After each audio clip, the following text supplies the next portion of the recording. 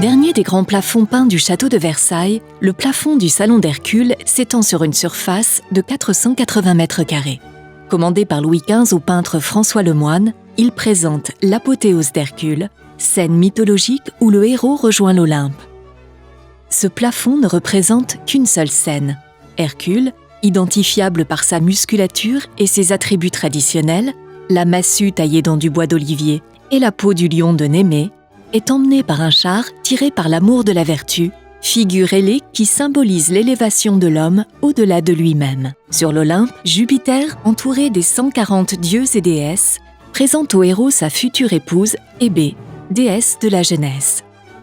Hercule, devenu demi-dieu, accède ainsi à l'immortalité.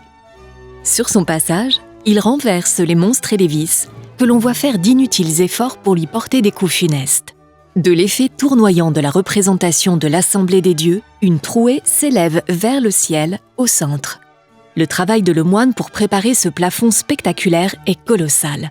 Sur les 200 dessins préparatoires, seule une vingtaine est conservée.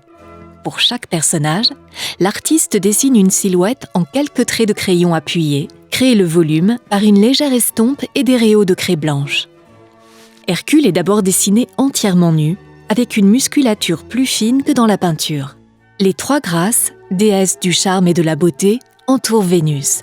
Un dessin préparatoire montre l'une d'elles à la silhouette épanouie, gracieuse et voluptueuse.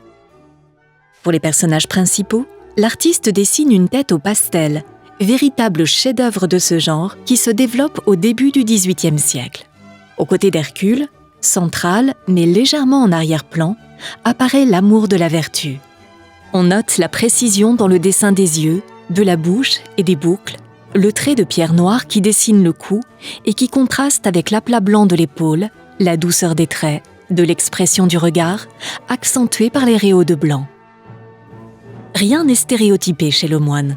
Chaque divinité exprime sa propre caractéristique, son tempérament. Le talent du peintre fera d'ailleurs sa renommée et l'admiration de Louis XV qui le nomme premier peintre.